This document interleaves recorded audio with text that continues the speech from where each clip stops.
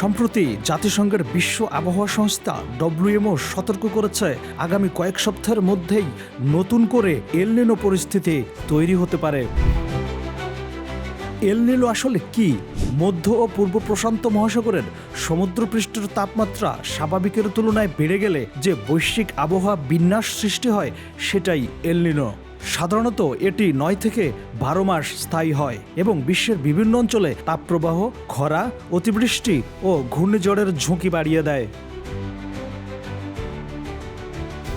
ডব্লিউএমওর পূর্বাভাস অনুযায়ী 2026 সালের দ্বিতীয়ার্ধে মাঝারি থেকে শক্তিশালী এল নিনো দেখা দিতে পারে। এর ফলে বৈশ্বিক তাপমাত্রা আরও বাড়তে এবং অনেক দেশে চরম বৈরী আবহাওয়া দেখা দিতে পারে।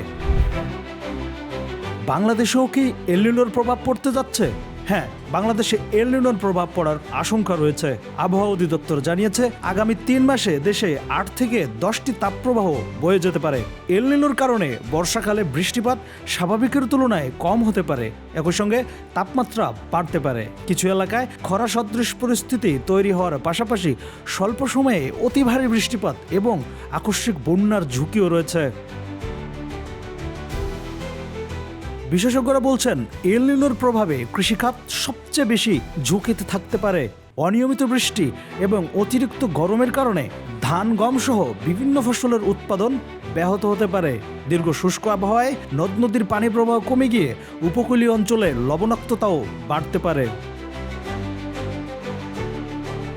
তবে জলবায়ু বিজ্ঞানীরা মনে করছেন এবারের এল নিনো বাংলাদেশের জন্য 1982-83 বা 1997-98 সালের মতো চরম পরিস্থিতি তৈরি নাও করতে পারে, কারণ দেশের মৌসুমী আবহাওয়া শুধু এল নিনোর উপর নির্ভর করে না। ভারত মহাসাগরের অবস্থা, আঞ্চলিক বায়ুপ্রবাহ এবং অন্যান্য জলবায়ুগত উপাদানও গুরুত্বপূর্ণ ভূমিকা রাখে বাংলাদেশের মৌসুমী আবহাওয়ার উপর। তাই আতঙ্ক নয়, পরিস্থিতির উপর নজর রেখে প্রস্তুত থাকার পরামর্শ বিশেষজ্ঞদের। Desk report, The Financial Express.